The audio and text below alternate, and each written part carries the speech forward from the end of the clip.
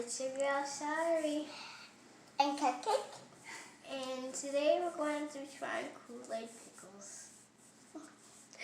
I can't wait to Okay. taste them. Anyway, how you make it is you mix half a cup of sugar and any flavor Koolaid, and you mix it with old pickle juice. Or you can make your own pickle juice with 2 cups of water, 1 cup of vinegar, 1 tablespoon of salt, 1 teaspoon of sugar, and oil. Now you have to try it, unfortunately. Where did those cucumbers come from? Okay, taste it first. What? Taste it first. Why do I have to taste it first? Because you're the ones who did the sorting. Okay, fine. Taste it first.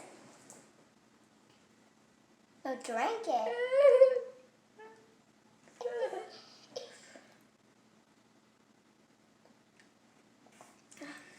Okay, me too.